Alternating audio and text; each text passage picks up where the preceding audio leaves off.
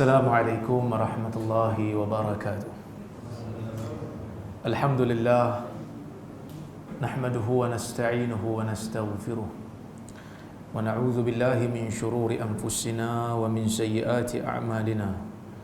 Man yahdihillahu fala mudilla lahu wa man yudlil fala hadiya lahu.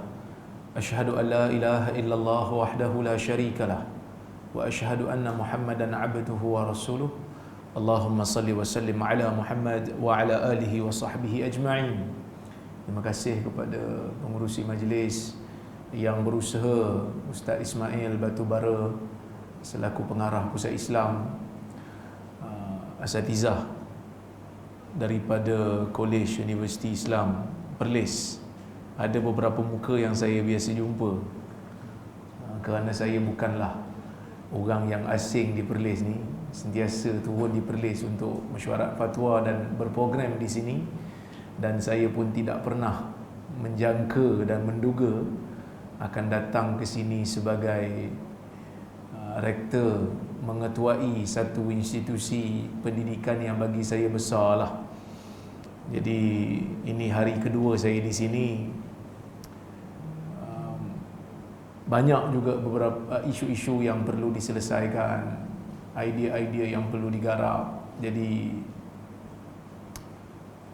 saya mengharapkan agar semua staf dapat memberikan bantuan, sokongan dan juga doa kepada KUIPS, untuk KUIPS supaya terus maju ke hadapan. Baik. Al-Imam Al-Bukhari dan Muslim meriwayatkan sebuah hadis daripada Nabi sallallahu alaihi wasallam, yang mana Nabi sallallahu alaihi wasallam bersabda, "Man syahida an la ilaha illallah wahdahu la syarikalah wa anna Muhammadan abduhu wa rasuluh wa anna Isa abdullahi wa rasuluh wa kalimatuhu alqaha ila Maryam wa ruhim minhu wa annal jannata haqq wan nara haqq adkhalahu Allahul jannah ala ma kana minal amal." Atau kama qala Rasulullah, yang bermaksud sesiapa yang mengakui, man syahida, sesiapa yang bersaksi, alla ilaha illallah, sesungguhnya tidak ada Tuhan selain Allah, wahdahu la syarikalah, satu-satunya dia dan tidak ada sekutu baginya, wa anna Muhammadan abduhu wa rasuluh, dan sesungguhnya Nabi Muhammad itu adalah hamba Allah dan Rasulnya, wa anna Isa, dan bersaksi bahawasanya Isa Abdullah wa Rasuluh, hamba Allah dan Rasulnya, wa kalimatuhu alqaha ila Maryam, dan kalimah Allah yang Allah Ta'ala campakkan kepada Maryam, wa ruh minhu, dan juga ruh Isa adalah ruh daripada Allah, dan dia percaya jannah itu ataupun syurga itu benar dan neraka itu benar, maka Allah Azza wa Jal akan memasukkan dia ke dalam syurga walaupun apa amalan yang dia lakukan. Hadis ni muttafaqun alaih daripada Ubadah ibn Samit. Bila Nabi kata sesiapa yang bersaksi bahawasanya tiada Tuhan yang disembah melainkan Allah, kita tengok dalam dunia ni ada je sembahan-sembahan yang lain.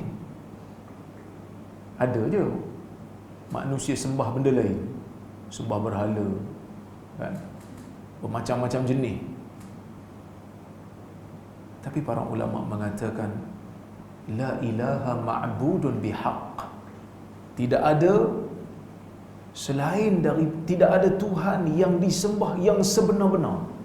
Kerana ada orang lain sembah benda lain, dia sembah batu, duk sembah patung, duk sembah lambang. Tapi Tapi sembahan itu tidak benar. Sembahan itu tidak benar. Saya pergi ke Colorado pada tahun 2018 ke 2019? 2018. Di Colorado ni dekat US lah. Saya pun tak nak pergi. First time dah pergi. Sejuk. Negatif 16 suhu. Bila pergi, dijemput untuk seminar. Dalam seminar tu ada orang tanya saya. Dia kata, "Ustaz, di Indonesia," dia kata, "saya mau bertanya. Bapa saya mau bertanya," dia kata. Saya ada seorang sahabat. Dia ni Kristian. Baik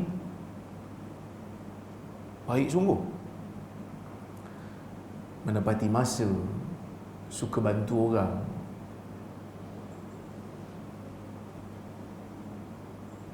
Dengan kawan pun dia selalu belanja makan dan sebagainya. Tapi dia Kristian. Kalau dia mati bagaimana?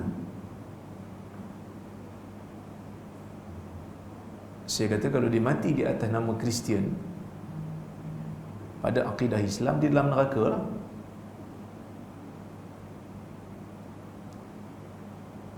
Tapi ada satu orang lagi, orang Islam, dia kata, kalau dia jahat, khianat, kedekut, bakhil, rasuah, kalau dia mati, dia gimana? Saya kata, tahta masyiatillah. Dia berada di bawah kehendak Allah. Insya azabahu wa insya afa anhu. Kalau Tuhan mahu, Tuhan boleh ampunkan dia. Kalau Tuhan mahu, Tuhan boleh azab dia. Inilah akidah ahli sunnah wal jamaah. Kalau dia mati di atas tauhid dan dia melakukan maksiat kepada Allah, dia fasik, dia bukan kafir, dia tahta masyiatillah. Dia berada di bawah kehendak Allah. Dia kata, di mana keadilan Tuhan? Satu orang yang baik, tapi sebab dia kufur, dia masuk dalam neraka. Satu orang yang jahat, tapi sebab ada tauhid dia akan akhirnya masuk juga ke dalam syurga Allah. Di mana keadilan Tuhan?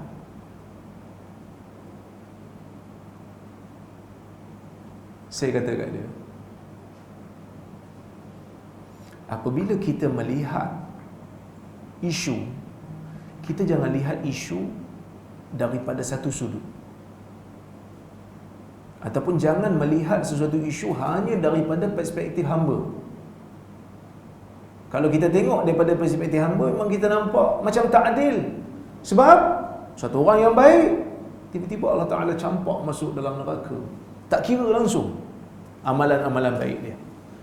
Tapi kita kena tengok daripada perspektif agama. Daripada perspektif agama, daripada pandangan Tuhan. Daripada pandangan Tuhan macam mana? Adakah orang ni baik apabila dia melakukan syirik? Saya bagi satu contoh.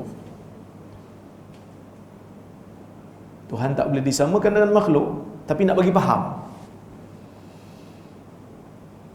Satu orang hamba Allah masuk sebagai staff di Kuips. Kita lantik dia sebagai pegawai kat sini. Kita bagi dia job description, JD lah. Awak kena buat ni, awak kena buat ni, awak kena buat ni. Ni kemudahan yang awak akan dapat setiap bulan. Yang ni gaji yang awak akan dapat. Setuju? Dia kata setuju. Okey, cukup bulan lapor diri. Dia pun lapor dirilah sebagai pegawai kolej Universiti Islam Perlis. So pun kita bagi dia probation period lah. Kita bagi dia tempoh percubaan. Tengok, dia ni okey ke tak? Bulan pertama kita tengok dia tak apa mahir lah. Tapi tak apa, gaji jalan lagi. Bulan kedua pun dia tak apa nak buat kerja dia. Gaji jalan lagi. Tengok bulan ketiga pun tak buat kerja. Gaji ambil. Bila kita selidik tengok, dia memang tak buat kerja dia. Dia pergi buat kerja lain. Kan? Dia pergi ke Maib, dia buat kerja kat sana untuk percuma. Sebab dia kata sama je, Maib pun dengan Kuib kan sama. PS juga ujung dia. Perlis. Majlis Agama Islam pun buat kerja untuk agama juga. Kolej Universiti Islam pun buat kerja untuk agama juga. Jadi dia kata tak apalah, saya tolong di sana. Percuma. Semua benda dia buat kat sana. Kalau tanya pada orang Maib, dia ni bagus tak bagus? Bagus ya. Sebab dia buat kerja percuma, kita tak suruh. Dia offer diri, biar saya buat, biar saya buat, biar saya buat. Tapi kalau tanya dekat saya sebagai ketua kat sini, saya kata apa kat dia? Kalau orang tanya, apa pandangan awak pada staf baru ni? Saya akan kata apa? Saya akan kata teruk lah. Saya bayar gaji kat dia untuk buat kerja kat sini, bukan buat kerja kat tempat lain. Itu pada perspektif yang berbeza. Maksudnya kalau nak tanya, tanya pada majikan dia lah. Dia bagus ke tak bagus?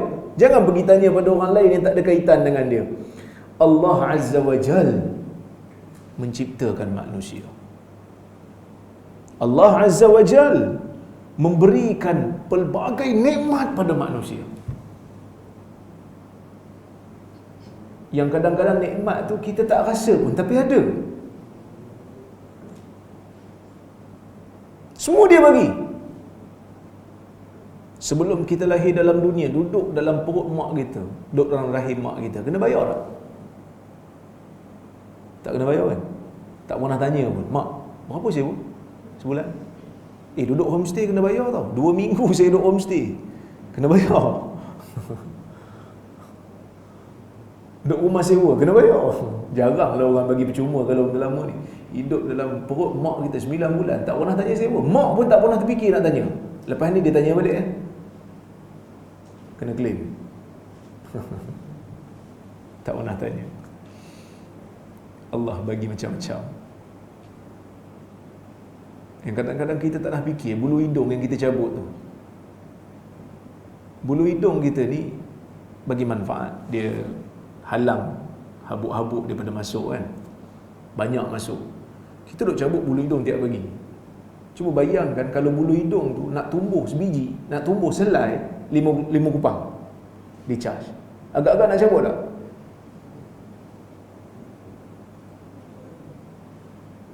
Berkiranya manusia ni kalau kena bayar, dia akan tengoklah. Toilet ni kan kalau pergi dekat apa, Loyat punya komplek kan, ada toilet yang masuk RM1, ada toilet yang masuk 5 upang. Kita masuk mana? 5 upang sebab dia kata bukan nak buat apa pun, nak kencing je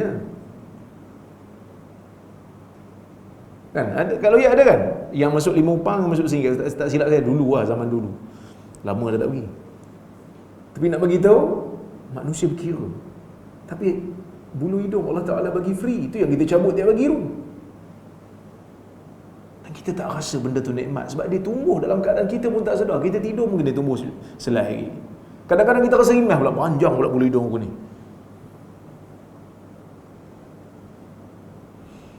Allah bagi makan, Allah Ta'ala bagi pakai. Semua Tuhan bagi. Allah Ta'ala cuma minta iktiraf dia sebagai Tuhan. Sembah dia semata-mata. Jangan pergi sembah benda lain yang tak ada kaitan dengan kamu.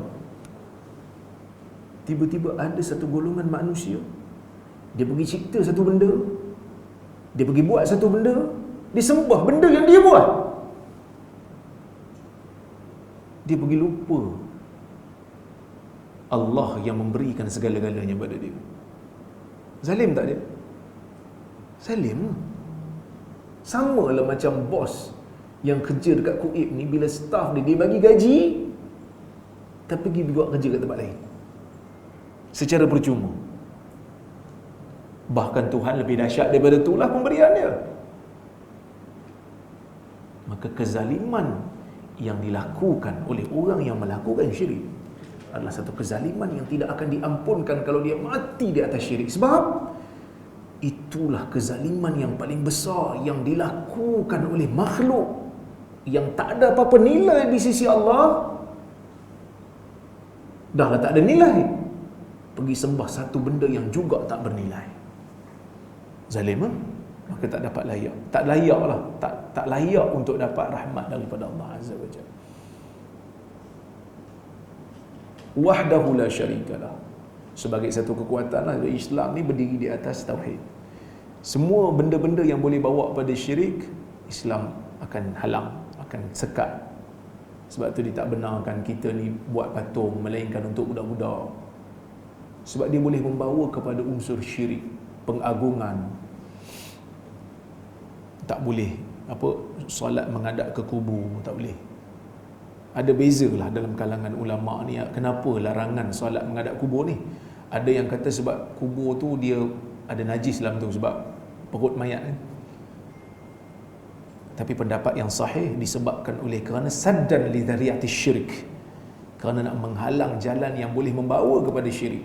Sebab kalau najis, perut Nabi tak najis kan? Nabi-nabi, para anbiya ni kan jasadnya Allah Ta'ala pelihara. Jadi tetap juga tak boleh salat menghadap ke kubur. Dan tidak ada pengecualian lah, kubur Nabi pun sama juga. Kerana apa? Untuk menghalang daripada berlakunya syirik.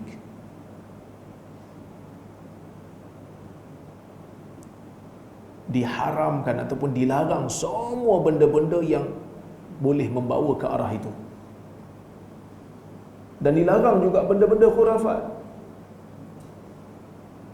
La adwa wala tiyarata wala safara. Nabi SAW melarang benda-benda yang boleh bawa pada kepercayaan-kepercayaan karut, yang mendakwa seolah-olah sesuatu boleh memberi manfaat dan mudarat selain daripada Allah. Orang jahiliah dulu percaya. La adwa, Nabi larang benda, Nabi nafikan tidak ada sesuatu yang berjangkit melainkan dengan izin Allah. Dan benda tu betul dalam hidup saya. Ramai orang tak tahu, tapi saya nak bagi tahu jugalah. Ni live lah. Sorry live lah, sorry. Ni live lah. Nak bagi tahu kat saya kena COVID. Bukanlah sekarang. Saya tengok muka lain macam lah kan. Bukan sekarang. Saya dah sihat dah sekarang ni. Bulan lepas.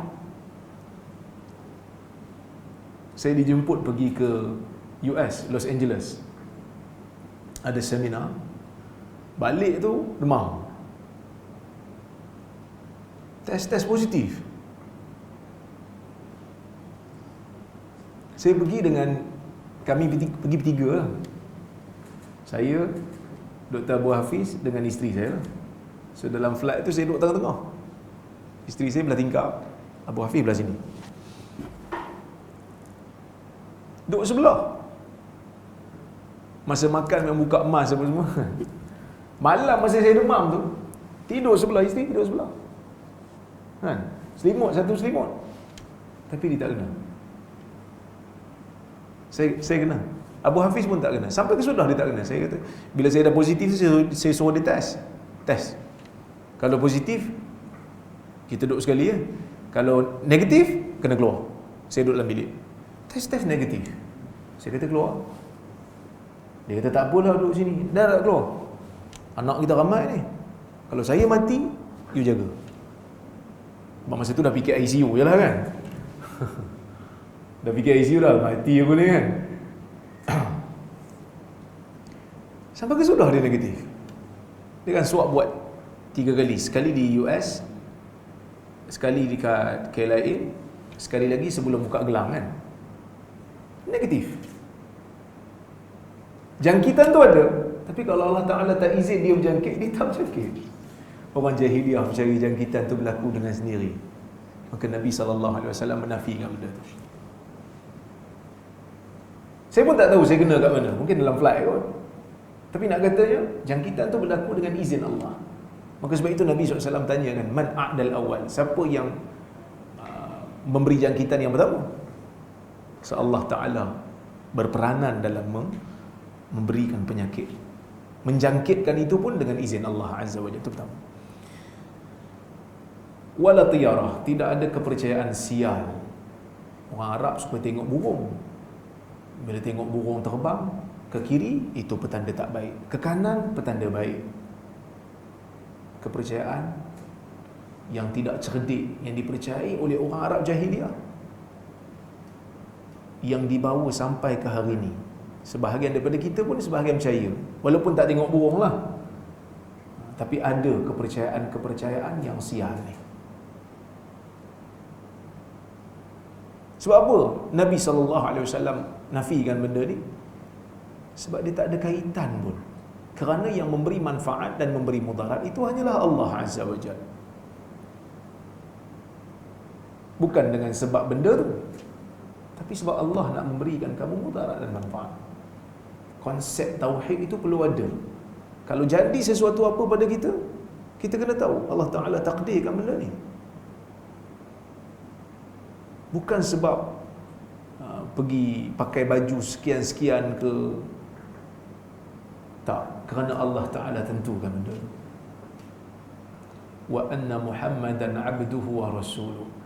Dan sesungguhnya siapa yang bersaksi Muhammad itu hamba Allah dan Rasulnya, Nabi Muhammad sallallahu alaihi wasallam, kita kena percaya dia adalah hamba Allah dan kita kena percaya dia adalah Rasulullah. Siapa yang percaya Nabi Muhammad sallallahu alaihi wasallam itu bukan Rasulullah, dia kafir. Siapa yang tak percaya Nabi Muhammad itu hamba Allah, dia percaya Nabi Muhammad ada ciri-ciri ketuhanan, boleh membawa kepada kufur. Seperti mana kufurnya golongan Kristian yang mendakwa Nabi Isa itu adalah Tuhan sembahan mereka. Sebab tu Nabi Muhammad SAW masa ditulis surat kepada Heraklius, pembesar Rom, dia kata apa? Min Muhammadin abdillahi wa rasulih, daripada Muhammad hamba Allah dan Rasulnya. Sebab apa? Sebab dia tulis kepada Heraklius yang beragama Nasrani. Siapa itu Nasrani? Yang menganggap Nabi yang diutuskan oleh Allah kepada mereka itu sebagai sembahan mereka.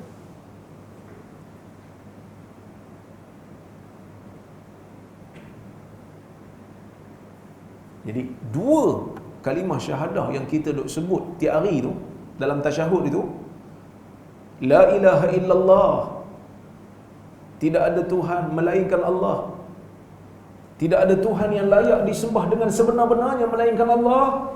Kita menetapkan tauhid untuk diri kita. Muhammad abduhu wa rasuluh, Muhammad hamba Allah dan Rasulnya. Menafikan syirik. Bila kita kata Muhammad abduh, Muhammad hamba Allah, Muhammad ini bukan Tuhan, bukan sembahan kita, tetapi Muhammad adalah Rasul kita yang menyampaikan. Wa rasuluh, dan Muhammad ini adalah Rasul yang Allah Ta'ala hantar pada kita. So dalam dua kalimah syahadah, penetapan kepada tauhid, penafian kepada syirik, dan penafian kepada bid'ah. So bila kita kata Muhammad abduhu wa rasuluh, Rasul, so saya ambil agama daripada Nabi Muhammad. Saya bukan ambil agama daripada orang lain selain daripada Nabi Muhammad. Kerana siapa pun yang mengajar ajaran agama yang tidak bersumberkan kepada asal agama ini, iaitu Al-Quran dan Sunnah, maka dia telah membawa satu benda yang bukan daripada ajaran Islam, maka ia dianggap sebagai bid'ah. Dan kadang-kadang ada orang dia lagi buruk sikit lah dalam bab bid'ah ni, dia saja tak nak faham. Sampai kan kadang-kadang bila kita sebut perkataan bid'ah, dia macam marah pula, seolah-olah macam tak ada bid'ah tu. Kalau boleh dia nak padam hadis tentang bid'ah tu. Sampai dia terus kadang-kadang tulis buku pun dia tanya, ni bid'ah ni. Kita kata kadang-kadang kebebalan itu jarang ditunjukkan oleh orang dengan bangga, tapi ada manusia yang berbangga menunjukkan kebebalannya. Banyak benda dalam dunia ni orang malu nak tunjuk, tapi bebal orang-orang yang seperti ini dengan bangga dia tunjuk. Kan? Saja buat-buat bebal. Okey. Kemudian Nabi SAW sebut lagi, wa anna Isa abduhu wa rasuluh, dan Isa juga adalah hamba Allah dan Rasul. Sebab apa Nabi sebut begini? Sebab ajaran Nabi Muhammad sallallahu alaihi wasallam, syariat Nabi Muhammad sallallahu alaihi wasallam datang sejurus selepas syariat Nabi Allah Isa. So agama samawi yang terdekat sebelum daripada Islam ini adalah Nabi Isa alaihi salam. Yang mana Nabi Isa alaihi salam, orang yang pro, golongan yang pro kepada dia, akhirnya menjadikan dia sebagai Tuhan sembahan. Dan Islam tidak boleh kompromi benda ni. Sayang kepada manusia, sayang pada tokoh, jangan lebih-lebih. Inilah sebahagian yang telah menjadikan sebahagian daripada golongan sufi, bukan semua, tapi sebahagian daripada mereka yang mengangkat darjat wali kononnya lebih tinggi daripada martabat yang sepatutnya. Duk pergi seru. Pelik juga kan, kita seru Allah, sebab Allah yang faham pelbagai bahasa, kita duk pergi seru wali-wali, wali naubah lah. Pelik kita.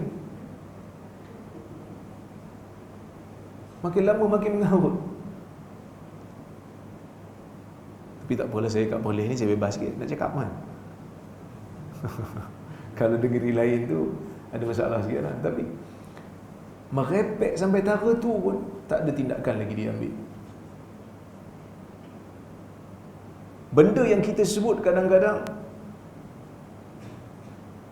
punya tak ada. Kita bukan kata kita tak ada kesalahan, ada kesalahan. Biasalah, silap tu manusia lah. Tapi nak kata benda sesat kita sebarkan secara sengaja tu, insya-Allah tak lah. Tapi dipusing, dipotong video saya seolah-olah tunjuk macam saya sesat, kufur, kafir. Tapi benda yang confirm khurafat, confirm, tak ambil tindakan. Sebab apa? Tak tahu. Mungkin takut di label Wahabi agaknya. Lepas ni senang, kita sebar satu benda yang belum pasti, siapa bantah? Hang Wahabi. Jadi aku betul.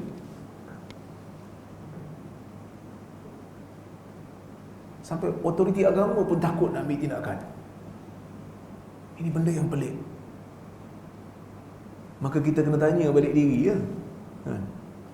Saya ni bertanggungjawab untuk jaga agama ke untuk jaga kedudukan? Sebab dikatakan adalah tindakan memang nak diambil oleh sebahagian, tapi ada jugalah tangan-tangan yang mengatakan tak perlu. Sebab takut ada puak-puak yang memberontak lah sebagainya. Kalau ada benda ni berlaku, ini adalah satu benda yang sangat-sangat menyedihkan.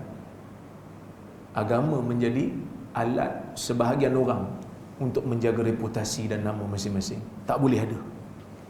Sebab tu di KUIPS kita nak tekankan benda ni. Apa dia? Konsep tauhid, konsep berpegang kepada sunnah.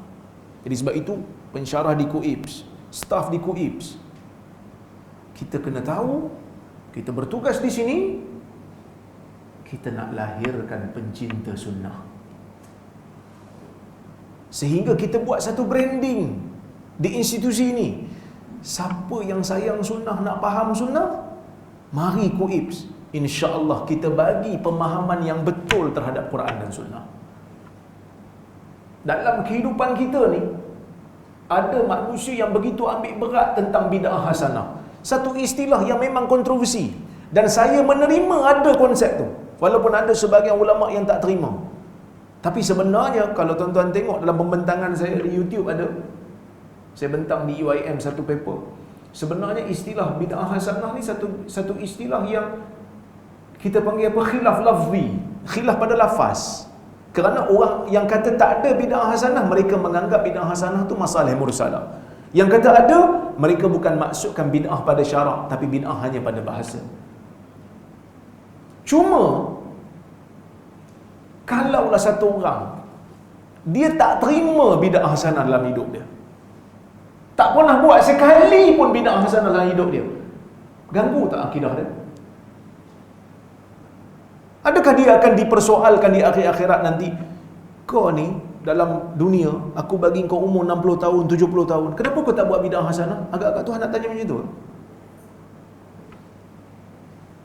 Tak terjejas satu pun. Katalah satu orang hidup dalam dunia, tak pernah datang majlis maulid walaupun sekali, sebab dia anggap benda tu tak ada. Saya tahu benda tu khilaf, saya pergi ceramah maulid kalau sekadar hanya nak bagi ceramah, walaupun ada yang membantah, tak apa, kerana masalah ni masalah kita ijtihad, kita berbeza, adakah dia termasuk dalam masalah mursalah ataupun dalam bid'ah hasanah, tak ada masalah, ataupun bid'ah syar'iyah, tak ada masalah. Cuma kalau satu orang dia pegang benda tu bid'ah, dia kata Nabi tak buat, sahabat tak buat, saya tak mau pergi, walaupun dengan ceramah saya tak mau. Ganggu tak pada akidah dia? Tak ganggu apa. Kerana di zaman salafus salih yang awal tak sambut pun, dan akidah mereka akidah yang lebih baik daripada kita. Tapi ada segolongan manusia yang begitu beria nak bagi tahu kepada orang, benda ni boleh, benda ni boleh, sampai naik mimbar masjid nak cerita pasal sambutan maulid ni bid'ah hasanah.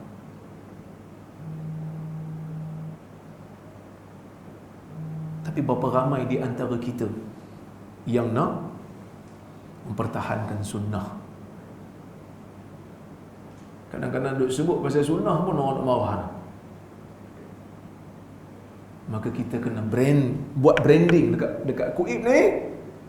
Siapa sayang sunnah, nak faham sunnah, nak jadi pejuang sunnah, mari Kuib, insya-Allah. Kejap, ada kuliah. Kejap kena faham sunnah. Kena siapa yang nak faham sunnah, siapa yang sayang sunnah, kena mari Kuib.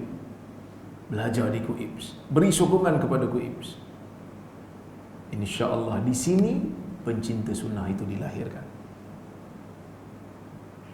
Kemudian Nabi SAW kata, percaya pada Isa itu sebagai hamba Allah lah. Kita orang Islam, kita kena percaya benda tu lah. Kita kena percaya benda tu. Wa kalimatuhu alqaha ila Maryam. Dan kita kena percaya jugalah Nabi Isa itu kalimah Allah yang Allah Ta'ala campak kepada Maryam. Ini bab majaz lah. Itlaqus sabab alal musabbab. Nabi menyebutkan sebab, tapi Nabi maksudkan musabbab. Maka Nabi Isa itu lahir terhasil daripada kalam Allah, kun fayakun. Maksud Nabi Isa itu lahir bukan disebabkan oleh proses yang biasa lah. Wa ruhum minhu, dan Nabi Isa juga ruh daripada Allah yang Allah Ta'ala cipta, bukan daripada proses yang biasa. Wa annal jannata haqq, dan siapa percaya syurga itu benar. Wa annan nar haqq, dan juga neraka itu benar. Orang Islam kena percaya benda ni. Ada pertimbangan syurga dan neraka. Sebab tu saya mengharapkan dalam kepimpinan saya di sini, kalau ada benda tak betul saya buat, tolong bagi tahu. Minta maaf Syekh, benda yang tak buat ni tak betul. Benda yang tak buat ni mungkar, kena bagi tahu. Kerana kita percaya kepada konsep syurga dan neraka. Tak semestinya bila saya datang sini sebagai rektor, saya betul dalam semua keadaan. Tak. Kadang-kadang kita perlukan juga pandangan yang berbeza dan teguran daripada sahabat-sahabat. Allah Azza wa Jal dalam Al-Quran menurunkan surah Abasa. Semua tahu kan? Abasa wa tawalla an ja'ahul a'ma. Dia bermasam muka dan dia berpaling apabila datang kepadanya orang buta. Ibn Ummi Maktum, Abdullah bin Ummi Maktum, seorang yang buta. Kejap dah 3 kali ni macam penting.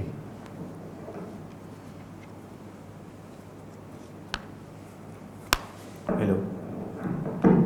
Ya. Ya.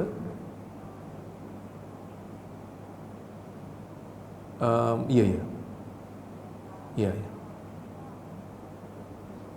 Okey. Ya. Ya. Kereta saya kan problem. Jadi bengkel telefon. Baik. Sorry. Kat mana kita tadi? Saya pun lupa dah. Abdullah bin Ummi Maktum. Dia buta. Maksud bila buta, dia tak nampak lah. Dia nampak tak Nabi masa muka kat dia? Dia tak nampak. Dia nampak tak Nabi berpaling daripada dia? Dia tak nampak. Patut boleh buat diam-diam di belakang sudahlah, dia bukan tahu pun. Allah Ta'ala turunkan ayat Quran bagi tahu kat kita semua. Sampai dia pun tahu. Oh, Nabi masa muka, Nabi paling. Nabi masa muka dan berpaling tu, Nabi pun ada alasan yang valid sebenarnya. Tapi Allah Azza wa Jalla memberi teguran kerana benda yang Nabi SAW lakukan itu, sepatutnya Nabi jangan bermasa muka dan berpaling pada dia. Sebab dia datang memang dalam keadaan ikhlas, daripada Nabi nak pergi layan, entertain orang yang sombong. Nak bagi tahu kat kita, dalam dakwah ni kadang-kadang kena juga terima teguran juga. Nabi juga ditegur oleh Allah Azza wa Jalla dalam surah ini, nak bagi tahu pada kita yang jadi pengikut ataupun pewaris Nabi ni, ada juga teguran yang kita kena terima. Ada juga nasihat yang kita kena terima. Dan kita bekerja ni tak ada benda lain yang kita nak melainkan kita mengharapkan Allah mengganjarkan kita dengan syurga dan menjauhkan kita daripada neraka. Jadi sebab itu saya mengharapkan semua staf KUIPS, kaki tangan KUIPS, kalian adalah tulang belakang untuk institusi ini. Tak ada kalian, maka tak adalah KUIPS. Tak ada pensyarah, tak ada pegawai, tak ada staf, maka tak adalah KUIPS. Saya seorang-seorang kat sini, saya tak boleh buat apa. Maka kita mengharapkan pertimbangan untuk bekerja, untuk bertugas, jadikan syurga dan neraka itu sebagai matlamat untuk kita bekerja dengan terus cemerlang. Berikan khidmat yang terbaik. Kalau ada apa-apa masalah, boleh bagi tahu pada saya. Sebab ada juga 2-3 orang datang mengadu, kan, bagi tahu ini masalah. Insya-Allah selagi mana saya ada di sini dan kita ada kemampuan untuk selesaikan, kita akan selesaikan sesegera mungkinlah. Kalau ambil masa, kita ambil masa. Insya-Allah kita akan selesaikan. Kerana bekerja di sini, kita kena anggap ia sebagai salah satu daripada ibadah kita. Kan? Allah Ta'ala letakkan kita di medan pendidikan. Medan pendidikan ni satu medan yang bukan semua orang dapat. Bukan semua orang dapat. Mengajar orang satu benda yang baik, selagi mana ia diamalkan dan diajar kepada generasi berikutnya, maka selagi itulah kita akan mendapat pahala. Wa ilmin yuntafa'u bih, ilmu yang dimanfaatkan akan berterusan. Kan? Insya-Allah kita akan cuba bangunkan brand KUIP ni. Kita akan jadikan KUIP ni visible, dikenali. Kan? Kita cubalah. Saya pun sebenarnya gayat juga ni. Kan? Gayat jugalah. Saya di UPSI jadi ketua jabatan. Ketua jabatan ni kira macam hierarki yang paling rendah sekali. Kan? Naib Chancellor, timbalan Naib Chancellor, dekan. Timbalan dekan, ketua jabatan. Bawah ketua jabatan, pensyarah-pensyarah.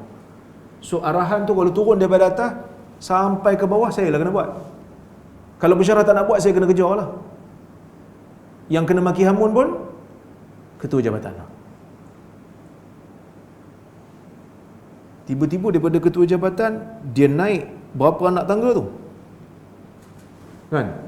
Satu lompatan yang tinggi sangat lah, yang besar sangat. Tapi oleh kerana Datuk Pengerusi pujuk, dia kata marilah ke Perlis, marilah ke Perlis. 3 tahun tu pujuk. Disebutkan saya 3 tahun dah.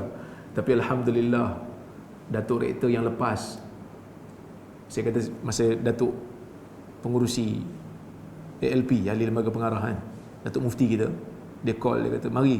Saya kata nanti dulu, bagi saya establish kat UPSI dulu, bagi sah jawatan dulu. Dia kata okey. Dia dapat Datuk Rektor yang lama, Datuk Rektor Dr. Radhi lah, Datuk Dr. Radhi. So Datuk Dr. Radhi 3 tahun kan.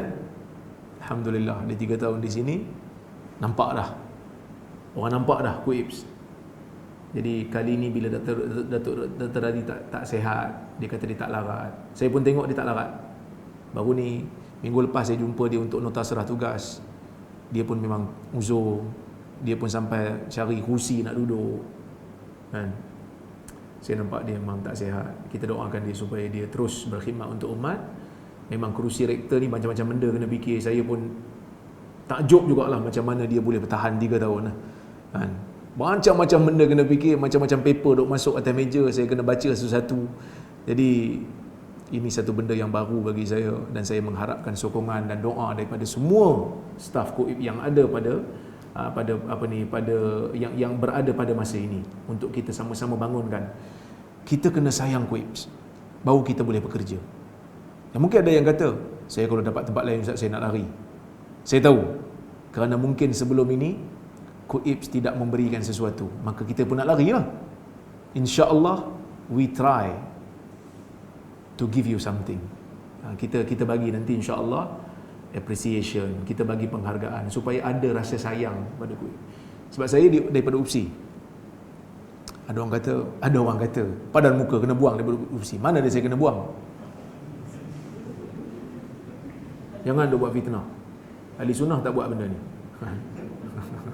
Saya tak kena buang, saya hanya dipinjamkan 3 tahun saja. Nanti saya baliklah. Kalau tak sambung, saya balik. Kalau sambung, kena hadaplah muka ni lagi lama lagi. Saya dipinjamkan, saya dipinjamkan selama 3 tahun. Nanti saya akan baliklah ke sana.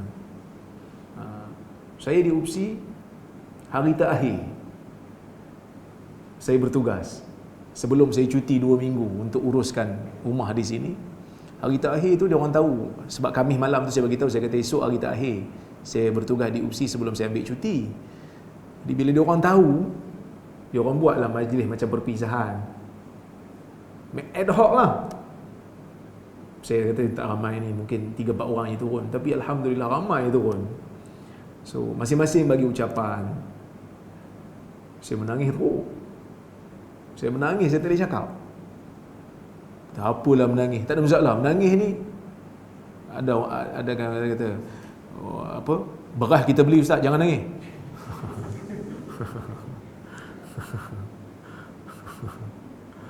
Kan dalam hadis Nabi kata apa? Wa rajulun dzakarallaha khalian fa fadat 'ainah.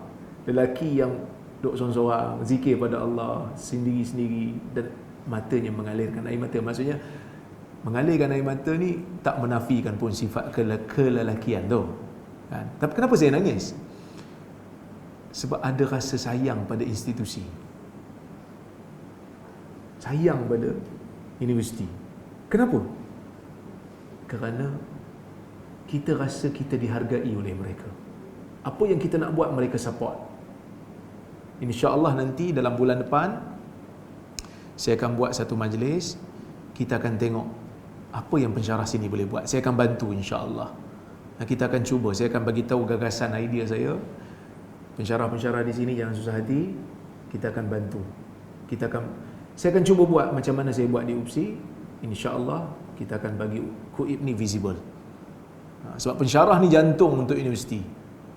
Kalau pensyarah tak happy, student pun tak happy, maka universiti tak boleh bangun lah.